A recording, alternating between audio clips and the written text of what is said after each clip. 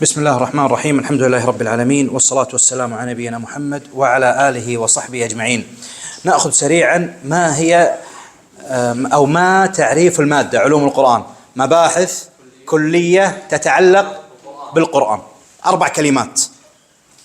مباحث كلية تتعلق بالقرآن. من هذه المباحث يا إخواني أسباب النزول. أسباب النزول نأخذ بالبداية أن القرآن ينقسم إلى قسمين بالنسبة لسبب النزول من عدمه. القسم الأول: أكثر القرآن ليس له سبب نزول إلا السبب العام أن الله عز وجل أنزله للاهتداء للبشر، لكن سبب النزول الاصطلاحي أن تحدث حادثة وقصة فيأتي الله سبحانه وتعالى ويعلق على هذه القصة. أكثر القرآن ليس له هذه القصص التي يعلق القرآن عليها. القسم الثاني ما له سبب نزول خاص، مثل الفتاوى، تحدث حادثة الإفك فيأتي الله عز وجل وينزل آيات فيها. تحدث غزوة بدر فتنزل آيات عليها، غزوة أحد تنزل آيات عليها. هذا القسم الثاني آيات لها أسباب نزول. طيب، هذه المسألة الأولى. المسألة الثانية: ما مظاهر اهتمام وعناية العلماء بأسباب النزول؟ كل المباحث التي تأتي إلينا هناك إجابة موحدة تستطيع أن تجيب بها. لما أسألك ما مظاهر اعتناء العلماء بالمكي والمدني، ما مظاهر عناية العلماء بأسباب النزول، هناك إجابتان تصلح لكل هذا. الأول أنه أفرد بالتأليف، وسبحان الله غالب علوم القرآن أفردت بالتأليف، فتصلح هذه لغالب الأمور. أفردت بالتأليف يعني عندنا كتب خاصة فقط لأسباب النزول، أسباب النزول الواحدي، أسباب النزول لابن حجر، أسباب كتاب كامل. طيب، هذا واحد، إجابة الأولى. الإجابة الثانية: اعتناء السلف والعلماء بها، كما مر معنا أثر عن ابن مسعود وعلي بن طالب، كلاهما قريب من اللفظ أو قريب من المعنى، أن والله الذي لا إله إلا هو ما نزلت آية إلا أنا أعلم فيما أنزلت وأين أنزلت. فهذا عناية السلف بها. وأيضا من مظاهر اعتناء، يعني هاتان الإجابتان تصلح لكل شيء. الآن في زيادة، أن من مظاهر اعتناء العلماء بأسباب النزول أن في كتب التفسير خاصة المطولة كل آية لها سبب نزول لابد أن ينصوا عليها. الأمر الرابع من عناية العلماء بأسباب النزول أن مصنفات علوم القرآن لابد أن تذكر من المباحث والعلوم المتعلقة بالقرآن أسباب النزول. ولو تسألوني يعني في كتب مفردة في أسباب النزول ذكروا هنا من أشهرها كأسباب النزول لأبي الحسن علي بن أحمد الواحدي، ولباب النقول في أسباب النزول للسيوطي، والعجاب في بيان الأسباب لابن حجر العسقلاني. وهناك رسالة دكتوراه مميزة أنصحكم بها، هي المحرر في أسباب النزول. المحرر في أسباب النزول للدكتور خالد المزيني. ذهب في رسالته الدكتوراه وقرأ الكتب ال9، كتب ال6 زيادة عليها الدارمي والموطأ، موطأ مالك ومسند الإمام أحمد. قرأ هذه الكتب كلها واستخرج لك أسباب النزول الموجودة في الكتب ال9 ووضعها لك وقارنها مع ما ذكر في كتب التفسير بمنهج حديثي جميل، وفيه أسباب النزول وفيه النتيجة وفيه سبب النزول الصحيح والضعيف، ومقارنة مع كتب التفسير بمجلدين لكن احتوت على علم نافع. ومن أراد كتابا مختصرا فقط في الأسباب الصحيحة لأسباب النزول، هناك المسند الصحيح في أسباب النزول لمقبل الشيخ مقبل الوادعي. طيب، ما تعريف أسباب النزول أو سبب النزول ما هو؟ قال: انظر التعريف عليك أن تركز عليها بقيودها بنفس الألفاظ. لماذا؟ كل لفظ فيها مقصود. قال هنا تعريف قصير لكن فيه 5 قيود، ركز معي. 1: ما نزل بشأنه قرآن عند حدوثه.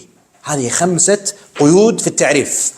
ما يشمل كل حدث وأمر كان سببا لنزول الآية، سواء أقوال، أفعال، خواطر قلبية حدثت للنبي صلى الله عليه وسلم، حدثت للصحابة، حدثت لليهود، حدثت للنصارى، جواب لسؤال، تعليق على غزوة، إنكار على من يريد أن ينكر عليه، ما يشمل كل هذه الأمور.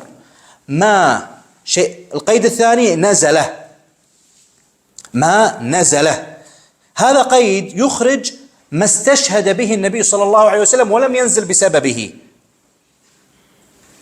يعني الرسول صلى الله عليه وسلم مرة من المرات في البخاري ذهب لعلي بن أبي طالب رضي الله عنه وفاطمة. فاطمة من هي هذه؟ بنت النبي صلى الله عليه وسلم وزوجة علي. فقال لهما: ألا تصليان؟ قال: لعلي وفاطمة. فقال علي بن أبي طالب رضي الله عنه: يا رسول الله، أنفسنا بيد الله، فإذا شاء الله أن يبعثنا بعثنا، إذا الله شاء أن نقيم الليل سنقيم الليل، إذا الله ما شاء خلنا نايمين. فانصرف النبي صلى الله عليه وسلم حين قلنا ذلك ولم يرجع إلي شيئا، ثم سمعته يقول علي بن أبي طالب وهو مول يضرب فخذه ويقول: وكان الإنسان أكثر شيء جدلا. هذه الآية هل هي سبب النزول؟ القصة اللي حدثت علي بن أبي طالب لا. لماذا؟ لم تنزل لهذا الحدث، لكن الرسول صلى الله عليه وسلم قرأها استشهادا على الحدث. فإذا القيد الثاني ما نزل لهذا الأمر. طيب، هذا القيد الثاني ما نزل. القيد الثالث بشأنه. الباء هنا باء السببية، يعني بسبب شأنه. ما نزل بشأنه أي بسبب شأنه، وهو يخرج كما قلت لكم أكثر القرآن أنه نزل للاهتداء العام، ليس هناك سبب قصة حدثت حتى نزل عليها. لهذا يخطئ كثير من المسلمين، يأتيك يقول لك الآية الفلانية ما سبب نزولها، كأنه يفترض أن كل آية لابد لها يكون لها سبب نزول. لا، أكثر القرآن ليس له سبب نزول.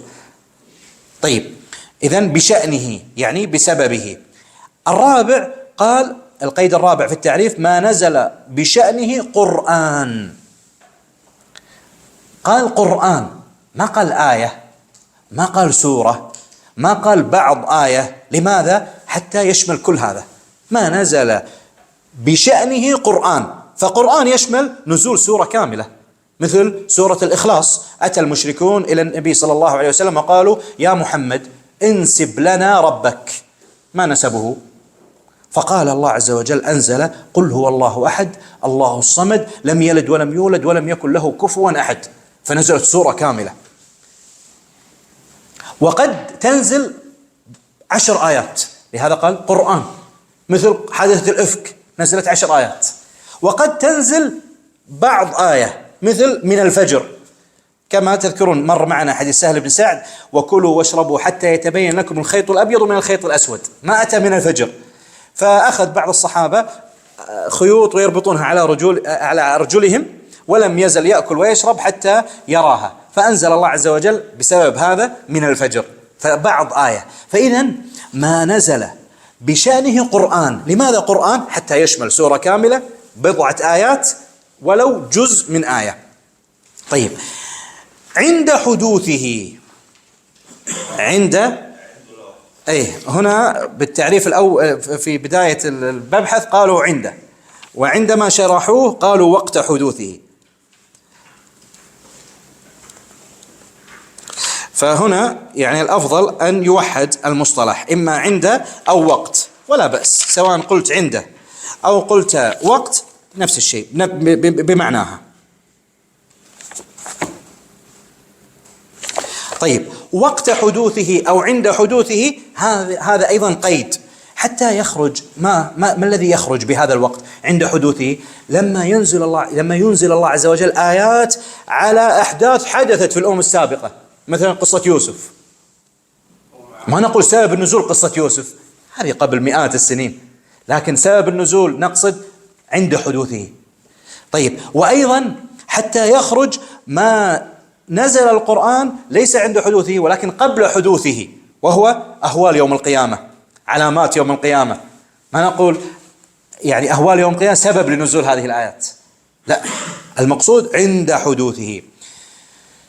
فإذا ماذا يشمل عند حدوثه؟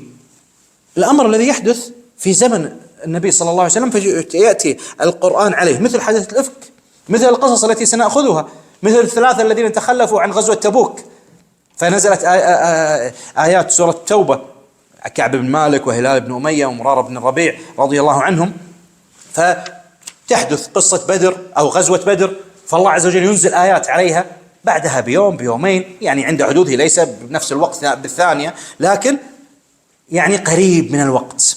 طيب، هذه إذن محترزات التعريف، تركزون في التعريف على جميع المحترزات، وتعرف يعني مثلا ما حتى يخرج كذا وكذا، نزل يخرج كذا وكذا، بشأنه يخرج كذا وكذا، لأنه ممكن يأتيك بالاختبار خاصة النهائي عرف سبب النزول مع الشرح مفصلا، ويأتون مثل هذا السؤال عليه 10 درجات.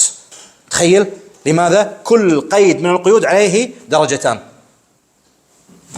فأنت ركز، وهذا أتى أكثر من مرة، لكن في تعريف القرآن: كلام الله المنزل على محمد صلى الله عليه وسلم المتعبد إلى آخره، كل قيد ماذا يخرج ماذا يخرج، يكون مثلا التعريف عليه 5 درجات والقيود عليها 5 درجات مثلا.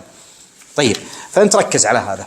المبحث الذي بعد ذلك قال: أقسام أسباب النزول مع الأمثلة. أقسام أسباب النزول مع الأمثلة. قسموها هنا أقسام النزول إلى 7 أقسام، إلى 7 أقسام، وذكروا أمثلة عليها: ما كان من النبي صلى الله عليه وسلم، ما كان من الصحابة رضي الله عنهم، ما كان من اليهود، ما كان من المنافقين، ما كان من النصارى، ما كان من المشركين، ما كان من الجن. 7 أقسام. طيب، هذا هو المصدر للسبب النزول. المصادر ذكروها 7 مصادر. هذه 7 أقسام نأخذها واحدا واحدا ونأخذ عليها أمثلة. وأنا أنصحكم من قراءة أسباب النزول. لماذا؟ لأنها سهلة وجميلة وتربطك بالقرآن، وهي قصص حدثت ونزل بشأنها قرآن، فتجد أنها يسيرة على النفس. بسم الله.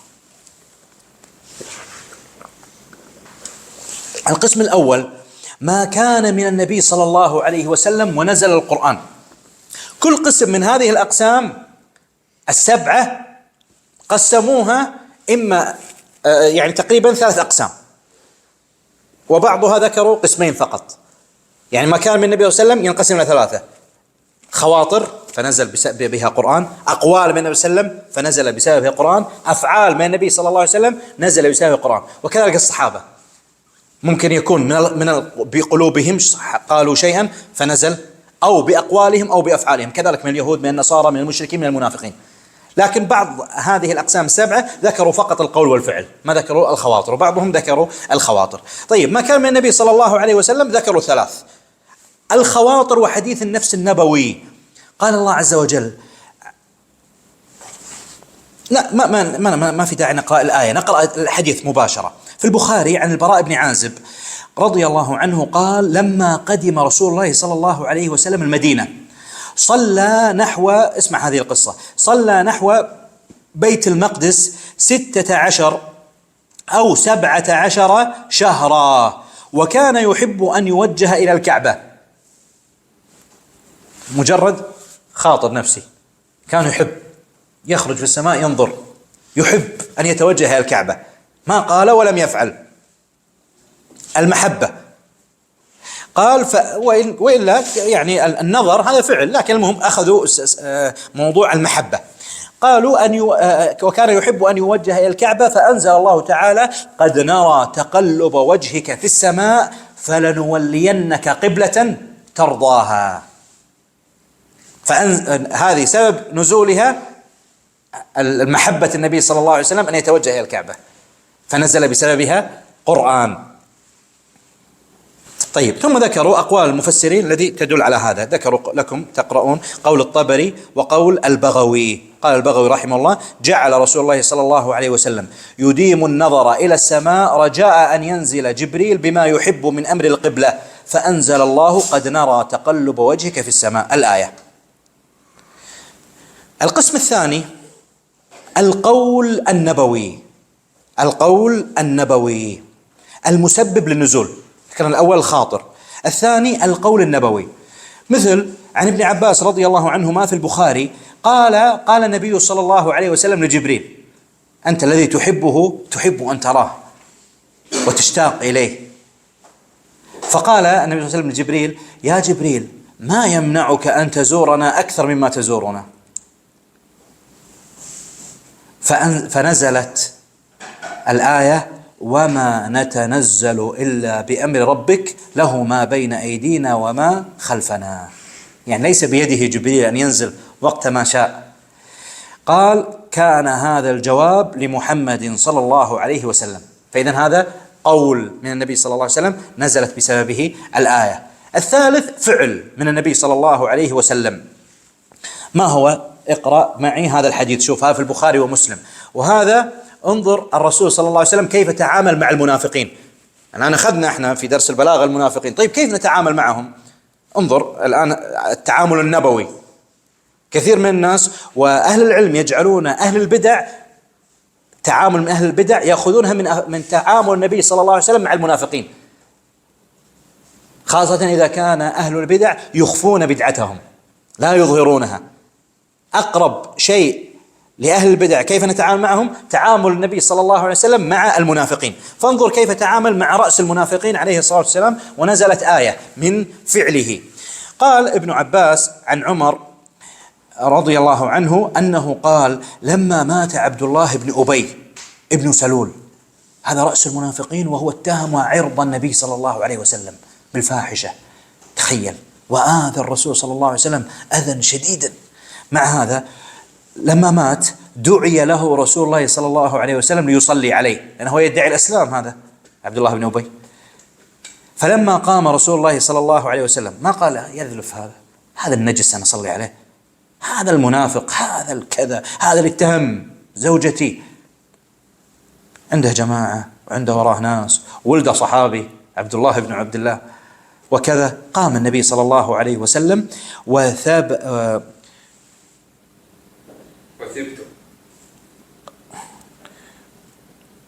دعي له رسول الله صلى الله عليه. نعم، هذا الآن من قول عمر بن الخطاب. قال: قام رسول الله صلى الله عليه وسلم وثبت إليه. يعني من الذي ثاب؟ لا، عمر قام. كيف تصلي على هذا؟ عمر الخطاب قوي في مثل هذه المواقف، وتغلبه القوة عن المشاعر الأخرى رضي الله عنه وأرضاه. قال: وثبت إليه فقلت: يا رسول الله، أتصلي على ابن أبي وقد قال يوم كذا كذا وكذا؟ أعدد عليه قوله، أقوال الخبيثة اللي قالها. ماذا فعل النبي صلى الله عليه وسلم؟ تبسم. الله، هذه الأخلاق النبوية هي في المشرق وأخلاق أكثرنا في المغرب. هذا سب النبي صلى الله عليه وسلم، آذاه، تعاون مع الكفار ضده، فعل وفعل وفعل. يأتي واحد يذكره يبتسم عليه الصلاة والسلام، وقال: أخر عني يا عمر. وأخر، الله يجزاك خير، وأخر، خلني أصلي، أخر عني يا عمر. فلما أكثرت عليه، يعني عمر الخطاب ما وخر، أكثر، يحاول أن يقنع النبي صلى الله عليه وسلم لا يصلي عليه. فلما أكثرت عليه، يقول عمر، قال النبي صلى الله عليه وسلم: إني خيرت فاخترت. أنا الله عز وجل خيرني، أعطاني الخيار أصلي أم لا أصلي، فأنا اخترت. إني خيرت فاخترت، لو أعلم أني إن زدت على 70 يغفر له لزدت عليها. قال: فصلى رسول الله صلى الله عليه وسلم ثم انصرف، فلم يمكث إلا يسيرا حتى نزلت الآيتان من براءة: ولا تصلي على أحد منهم مات أبدا ولا تقم على قبره، إلى قوله: فاسقون. قال عمر رضي الله عنه وأرضاه: فعجبت بعد من جرأتي على رسول الله صلى الله عليه وسلم، والله ورسوله أعلم. الآن وجه الشاهد أن الرسول صلى الله عليه وسلم فعل فعلا فنزلت آيات، فهنا الفعل. طيب، هذا القسم الأول ما كان من النبي صلى الله عليه وسلم. الثاني ما كان من الصحابة رضي الله عنهم وأرضاهم.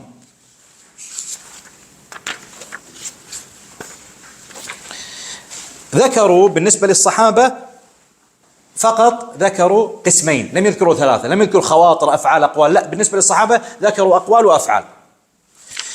من الأقوال الأول عن أنس رضي الله عنه قال: قال عمر رضي الله عنه: وافقت ربي في ثلاث، فقلت يا رسول الله لو اتخذنا من مقام إبراهيم مصلى، فنزلت: واتخذوا من مقام إبراهيم مصلى.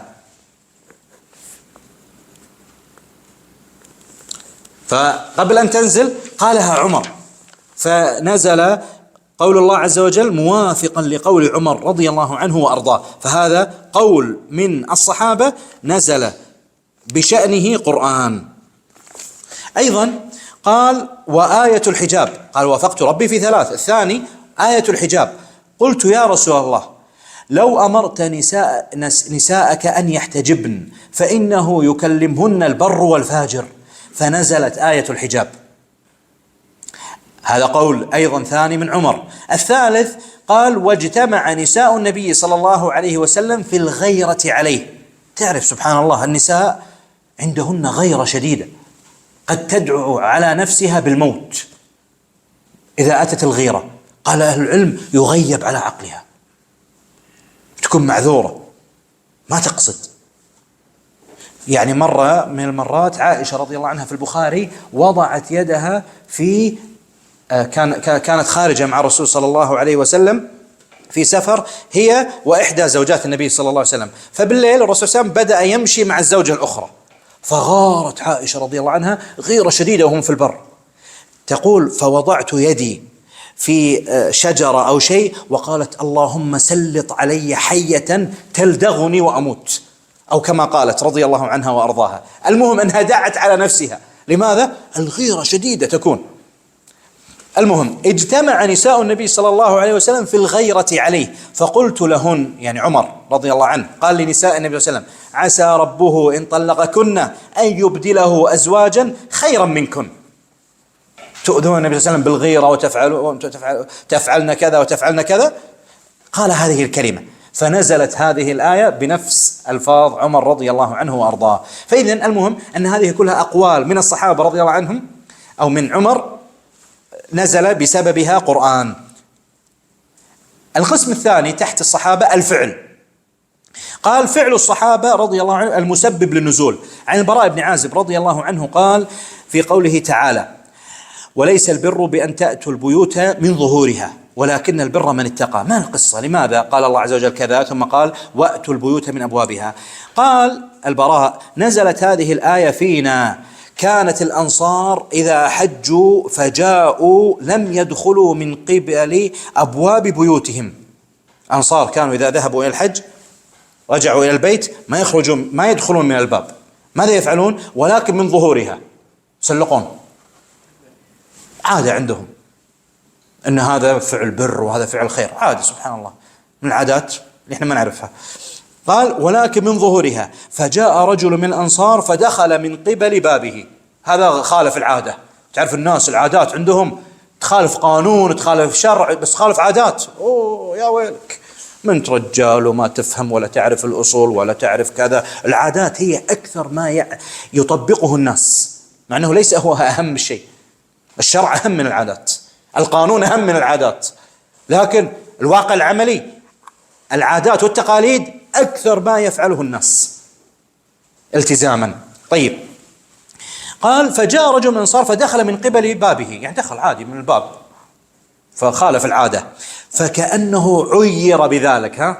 شوف أي واحد يخالف العادات الآن ايش يقولون عني؟ شو الجماعة الكذا، ما ينفع. فهنا دخل من الباب. يا أخي أحيانا يكون العرف لا يوافق عقل، لا يوافق منطق، لا مجرد التفكير فيه حرام، فبتناقشه يقول لك اسكت، هذه العادات هذه أخذناها من الآباء. طيب الآباء والأجداد يعني هم قرآن، هم سنة، هم حق. إذا كان العادة طيبة وخيرة أهلا وسهلا. في عادات محرمة اعتاد عليها شعوب الإسلامية، نتكلم الشعوب العربية، عادات محرمة. والله هذه عادات من تقاليد. في عادات قليلة أدب، قذارة ما بعد قذارة، يقولك هذه من العادات. بس إن شاء الله المتمسكين بالدين يقولون لا، احذر، عادة تخالف الدين أنا عيرني ما تعيرني، أهم شيء رضا رب العالمين. هناك عادات تستغربونها لو تبحثون عن عادات يعني سواء في بلدنا أو في غير البلد عندنا تستغرب، تخالف أحيانا العقل، تخالف الحشمة. المهم، فهذا رجل من الأنصار دخل من الباب فكأنه عير بذلك. كيف تدخل من الباب؟ طيب الباب ليش حاطينه؟ عشان أدخل فيه. فعير بذلك، نزلت قوله الآية: وليس البر بأن تأتوا البيوت من ظهورها تسلقونها ولكن البر من اتقى. ليس له علاقة أنك إذا دخلت من الباب ليس بتقي، وإذا دخلت من ظهر البيت وتسلقت هذا علامة على البر وعلى التقوى. فنزلت هذه الآية. فإذن هذا فعل من الصحابة رضي الله عنهم نزلت بسببه وبشأنه آيات أو آية. طيب، القسم الثالث ما كان من اليهود، وهنا جعلوا قسمين فقط ولم يجعلوا ثلاثة: خواطر وأفعال. الخواطر، انظر هذه قصة حدث في الصحيحين. كان مجموعة من اليهود، وانظر شوف اليهود ترى صفاتهم قريبة من صفات المنافقين، فيهم صفات سبحان الله وحده. يعني شوف في قوله عز وجل: لا يقاتلونكم جميعا إلا في قرى محصنة أو من وراء جدر. هذه الآن دائما تستعمل لمن؟ اليهود. اذهب واقرأ سورة الحشر، شوفها كانت على المنافقين وعلى اليهود. اذهب اقرأ، أنت مستعجل، اذهب واقرأ، ترى صفات المنافقين تطبق على اليهود وصفات اليهود تطبق على المنافقين. طيب، هنا يهود كانوا يأتون للنبي صلى الله عليه وسلم وأهل خداع وأهل مكر وأهل جبن وخور. فماذا كيف يسلمون على النبي صلى الله عليه وسلم؟ يقولون: السلام عليك. السام، وربما ينطقونها بطريقة بين اللام وبين الألف حتى لا يكتشفهم. السلام ما أدري والله كيف، بس المهم السلام عليك يا رسول يا أبا القاسم. فعائشة رضي الله، وكان الرسول صلى الله عليه وسلم الأخلاق، أنت تريد أنت تتفشل كذا، روح اقرأ أخلاق النبي صلى الله عليه وسلم، يعني وإنك لعلى خلق عظيم. فالسام يعني الموت أو الملل من السآمة، يعني عساك تكون الواحد يدعو عليك بالملل، يدعو عليك بالموت إذا كنت ملول، إذا كنت ملولا. المهم الموت، القول مشهور أن السام يعني الموت. تخيل واحد يشوفك يقولك عساك تموت، نشوفك بالقبر أعوذ بالله. إيش هالقذارة يعني، هذه تحية هكذا، شيء عظيم. ها، السلام عليك يا رسول الله. فكان صلى الله عليه وسلم من أخلاقه ومن قوته وعدله ماذا يقول عليه الصلاة والسلام؟ يقولون: السلام عليك يا أبا القاسم، فيقول صلى الله عليه وسلم: السلام عليكم. وفي رواية قال: وعليكم. السلام عليك وعليك. شوف عدل، ورد عليهم بما يستحقون. عائشة رضي الله عنها بنت أبي بكر الصديق رضي الله عنه، مرة من المرات لما ردت على النساء قال الرسول صلى الله عليه وسلم: بنت أبي بكر. أبو بكر رجل حديد شديد، هذه ابنته رضي الله عنها وأرضاها. فأتى اليهود قال: السام عليك يا رسول الله، الموت عليك. فقالت: وعليكم السام والغضب واللعنة، كأن الله يلعنكم ويغضب عليكم. ردت عليهم بردود شديدة. وهنا بالرواية فقالت: السام عليكم وفعل الله بكم. وفي رواية: السام عليكم وغضب الله. وفي رواية: بل عليكم السام والذام من المذمة. كلها في الحاشية. فالرسول صلى الله عليه وسلم أنكر على من؟ على اليهود ولا على عائشة؟ على عائشة. طيب اليهود ليش ما أنكر عليهم؟ هذا كبر عليهم 4، يعرف الحق وما يسويه. واحد تعرف أنه يعرف هذا الحق ولا يفعله، فأنت ليش تضيع وقتك تناقشه مناظرة وترد عليه ويرد عليك وتقعد تتناقش وياه 3 ساعات؟ اللي أنت ترى منه أنه يجادل بالباطل، أنه يتضح له الحق ولا يأخذ به، لا تضيع وقتك، وطبق قوله تعالى: خذ العفو وأمر بالعرف وأعرض عن الجاهلين. فالرسول صلى الله عليه وسلم، اليهود هم الذين بدأوا مع هذا. لما عائشة ردت على إساءتهم بأكثر منها قال يا عائشة، أو قال ما يا عائشة، يعني لا يا عائشة اسكتي، يا عائشة ما يعني توقفي، ما يا عائشة فإن الله لا يحب الفحش ولا التفحش. فقالت عائشة يا رسول الله ألست ترى ما يقولون؟ هم اللي بادين، ألست ترى ما يقولون؟ فقال صلى الله عليه وسلم ألست ترين أرد عليهم ما يقولون أقول وعليكم؟ أنا رديت عليهم، ليش زعلانة؟ لكن ما يرد بالإساءة بأكثر منها. ونزلت هذه الآية وإذا جاءوك حيوك بما لم يحيك به الله ويقولون في أنفسهم لولا يعذبنا الله بما نقول. فإذا على شيء خاطر قلبي، واضح؟ قالوا في أنفسهم، وأيضا ممكن نستعمل هذا خاطر قلبي مع القول. نعم قالوا هم خاطر مع قول، لأنهم يقولون في أنفسهم لولا يعذبنا الله بما نقول. مع هذا قالوا السلام عليكم فنزلت هذه الآية، فجمعوا هنا ألف وباء يعني القسمين. واضح ها؟ طيب القسم الثاني أو الثالث الأفعال لليهود نزل بسببها قرآن. عن أنس رضي الله عنه أن اليهود، هذا في صحيح مسلم، كانوا إذا حاضت المرأة الحيض الدورة الشهرية تأتي للمرأة لم يؤكلوهن ولم يجامعوهن في البيوت. خلاص إذا حاضت المرأة يقول لها بيت أنت ثاني وأنا ثاني، ولا أجلس معك في الأكل، ما أكل معك. طيب هي حاضت، ما لا تحيض بيدها. قال فسأل أصحاب النبي صلى الله عليه وسلم عن ذلك فأنزل الله عز وجل،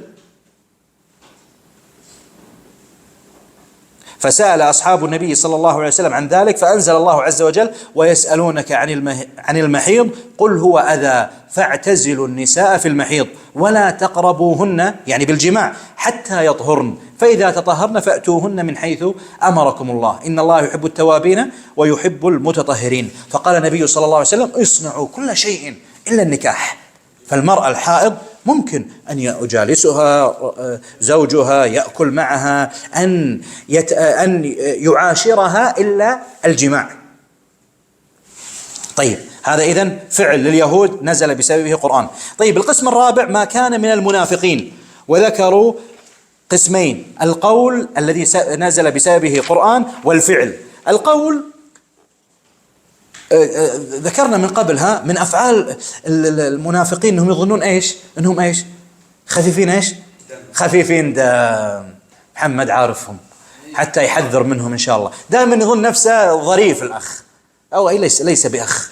سنة ترى على لساني الأخ والحبيب فأستعملها أحيانا في غير محلها. على لسانه إنه يضحك وما عنده قيود للضحك، يضحك في الدين، يضحك مع الله عز وجل، نسأل الله العافية. رأيت بعضهم أنا يوجه الكلام إلى الله وهو يكلمني يضحك، يعني قلة تعظيم لله سبحانه وتعالى. انظر هنا كان الرسول أحيانا يطلب الصدقة من الصحابة للجهاد للقتال. قال لما أمرنا، هذا الصحابي أبو مسعود الأنصاري، لما أمرنا بالصدقة كنا نتحامل، فجاء أبو عقيل بنصف صاع وجاء إنسان بأكثر منه، فقال الظرفاء من المنافقين إن الله لغني عن صدقتك. جايب له شعير إن الله لغني عن صدقة هذا، وما فعل هذا الآخر إلا رياء. هذا الثاني جايب كثير مرائي، أتيت في كذا تبي الناس تقول عنك إنك ما شاء الله كريم جواد، أنت مرائي. والذي يأتي بقليل قال إن الله غني، جايب لي تمرة يتصدق فيها، الله غني عنك. هذا جايب كثير يقول مرائي معروف. شوفوا ما فيهم طب المنافقين. فنزلت الآية الذين يلمزون المتطوعين من المؤمنين في الصدقات والذين لا يجدون إلا جهدهم فيسخرون منهم سخر الله منهم ولهم عذاب أليم. طيب هذا قول للمنافقين. فعل للمنافقين نزل بسببه قرآن. عن جابر رضي الله عنه، هذا عند ابن أبي حاتم وذكره الواحدي وابن حجر في أسباب النزول، إن جارية لعبد الله بن أبي يقال لها مسيكة وأخرى يقال لها أميمة، فكان يكرهها هذا عبد الله بن أبي على على الزنا. لماذا؟ قلت لكم من قبل المنافقين من صفاتهم أنهم أصحاب مصالح، يبون فلوس، الفلوس عندهم أهم شيء، الأموال عندهم أهم شيء. فعبد الله بن أبي يرغم الأمل التي عنده على البغاء، على الزنا، حتى يأخذ أموال. أنت عرضك يلطخ، أنا ليس لي علاقة. أنت ينتهك عرضك، ليس لي علاقة، أنا أريد أموال. يقتل من يقتل، ليس لي علاقة، يريد أموال. فهنا فاشتكتا أميمة ومسيكة إلى النبي صلى الله عليه وسلم، فأنزل الله عز وجل: ولا تكرهوا فتياتكم على البغاء. لا تكرهوا فتياتكم على البغاء.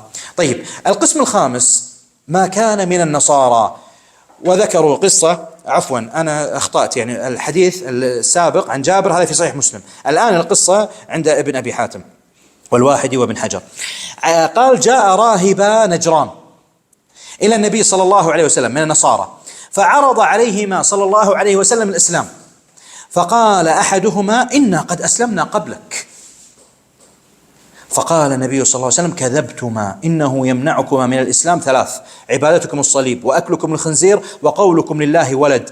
فقال هذان الراهبان: من أبو عيسى عليه السلام؟ وكان صلى الله عليه وسلم لا يعجل يعني بالإجابة حتى يأمره ربه، فأنزل الله عز وجل: إن مثل عيسى عند الله كمثل آدم، خلقه من تراب ثم قال له كن فيكون.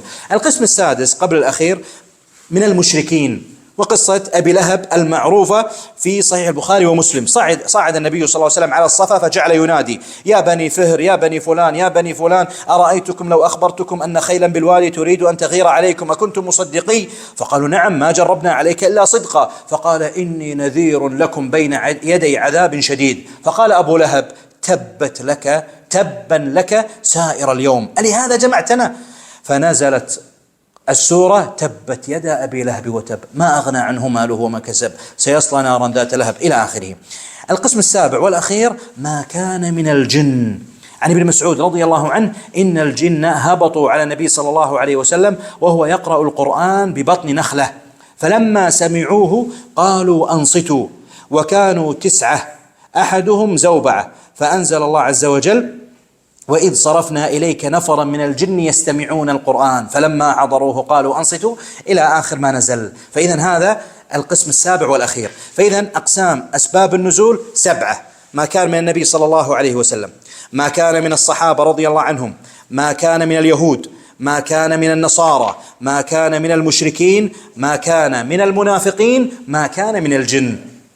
وكل قسم من هذه الأقسام أقوال وأفعال، وبعضهم أقوال وأفعال وخواطر. أسأل الله عز وجل أن ينفعني وإياكم بما ذكرت، وجزاكم الله خيرا، والحمد لله رب العالمين.